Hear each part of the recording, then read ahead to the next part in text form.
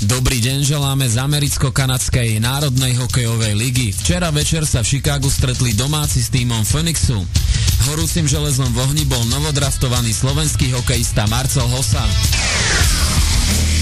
Už bývalý hráč New York Rangers, ktorý mal ešte večer na cestovnej taške etiketu bývalého klubu, nastúpil na svoj prvý ligový zápas v drese Phoenixu.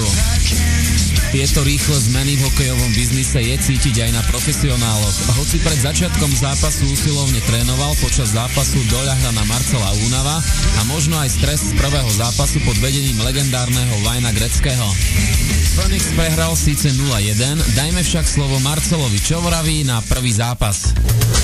No, tak prvý zápas, takže škoda sme prehrali a určite to môže to byť lepšie a vlastne prvýkrát som to hral, takže ešte to nebolo ono, ako by som si predstavoval, ale zajtra ďalší zápas, tak uvidíme. Ako na teba zapôsobil tréner Gretzky? Tak normálne zachoval profesionálne a sme si podali ruky, sme sa zdámili a to bolo všetko. Máš nových spoluhráčov, poznal si predtým niektorých z nich? Tak, mám málo ktorých, tak vlastne som tu nový hráč, nové tváre, takže také vlastne hokej, taká NHL, takže keď vás trejdujú, tak spoznávaš nových ľudí. Marcel, čo si myslíš o prestupe svojho brata? Tak ako hovorím, je to biznis, tak to my nekontrolujeme hráči, takže ale určite to očakával každý, že bude tradovaný, takže iba bola otázka bola, že kde pôjde. Teraz ešte pár takých otázok. Stil si sa už zbaliť v New Yorku? Tak zbaliť. Je to chaotické. Tak bolo to, za pár hodín som mal na to, aby som sa pobal, takže iba málo vecí som si zobral, takže...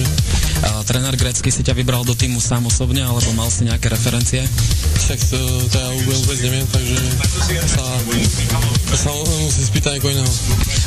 Keby si porovnával kvalitu mužstiev New York Rangers a Phoenix, alebo kde sa ti lepšie? To tým je mladý, určite strašne veľa mladých hráčov, tu je talentovaných, takže je tam už viacej ľudí, viacej hráčov, je tam tí skúsenejší a takže to úplne dva odlišné týmy.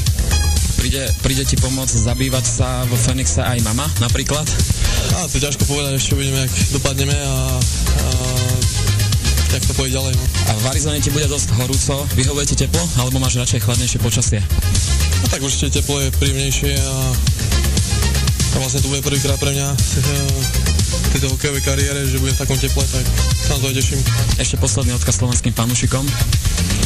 Tak hlavne zdravička všetko. A čo na to samotný tréner Wayne Gretzky? Aj keď zápas skončil iba 0-1, bol to ťažký fyzický zápas. Pravdou je, že v prvej tretine sme mali vážne tempo. Našu bojovnosť sme prejavili v zostávajúcich dvoch tretinách. Super bol výborný.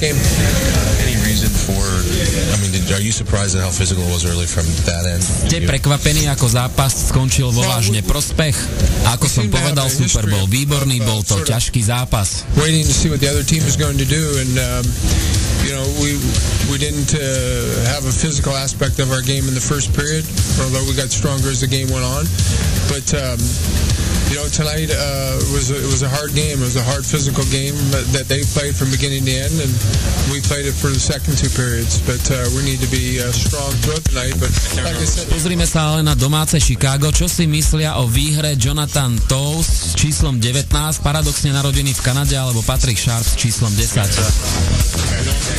Urobili sme niekoľko chýb. Som rád, že sa nám v úvode podarilo dať gól. Hrali sme skôr defenzívne, výborne v obrane a náš brankár nás dosť podržal.